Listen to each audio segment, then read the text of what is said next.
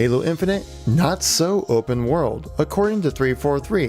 Why is that? Well, stay tuned throughout the whole video to understand all the details.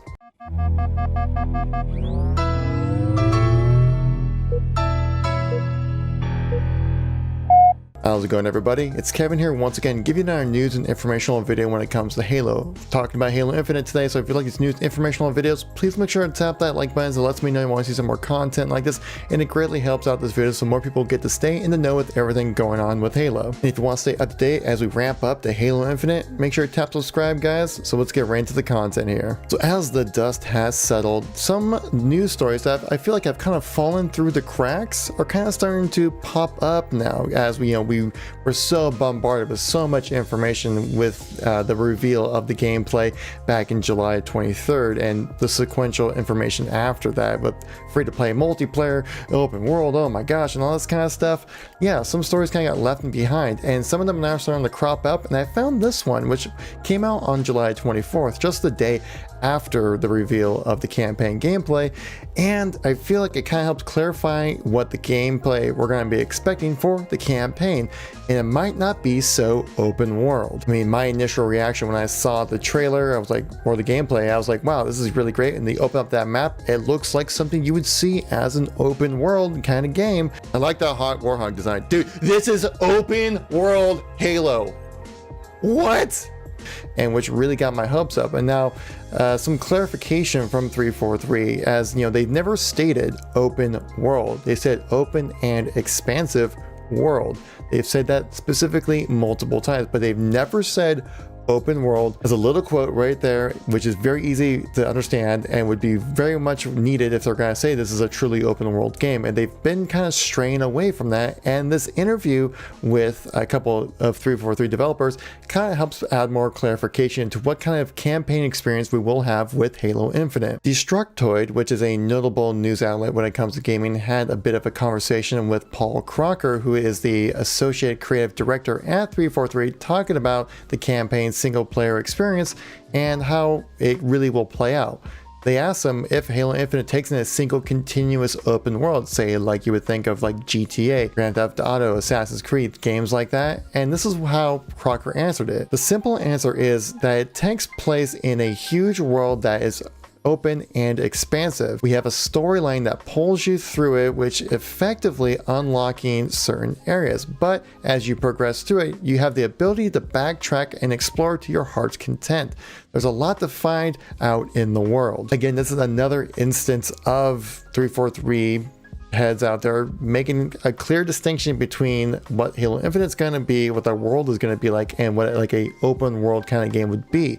As you know, we're very familiar with like the linear kind of campaign experience that we've had throughout every Halo game ever, and this one seems to be a little bit more open-ended. Destructoid specifically mentions open world, and Crocker kind of goes into the point of trying to clarify what they're understanding from what they've seen from 343. So it sounds like it's not necessarily an open world where you, as soon as you load in, you can go wherever you want, whenever you want. It's just free range, whatever you want to do.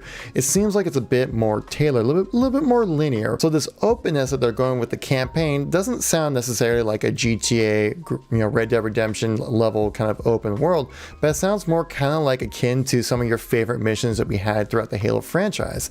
More like the second mission in Halo, that part where say like you have to go find that fallen drop pod or whatever, get some equipment, and then you can go to these 3 different locations to rescue some Marines, and you can choose which direction you'd like to go about doing that. I think we're going to see a lot of that kind of open world kind of experience when it comes to Halo, not necessarily a drop you in the middle of everything and just go out and have some fun, which, obviously we would like to do that in Halo. It sounds like we'll be able to do that, but it's going to be a much more tailored experience, which is good to see because, we're very familiar with our more cinematic linear experiences, which is much easier to tell a much more cinematic kind of experience compared to an open world game, which is really tough to kind of connect all these different storylines together. It's much easier to do it that way, which I think it's much more akin to proper Halo storytelling, but it has the ability for you to keep going back and check out other parts of the world to explore more, which exploring is going to be a very important part of Halo Infinite. It's not just going to be like because you want to. There's going to be purpose behind it. And it seems like it's going to be attached to equipment, as we know that's coming back in Halo Infinite, very similar as we had with Halo 3, as we saw with the gameplay trailer with the grapple shot and the drop wall. Those are different types of equipment you'll find in the open world.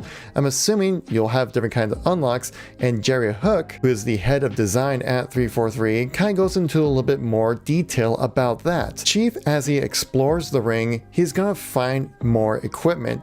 He's always gonna find ways to upgrade that equipment.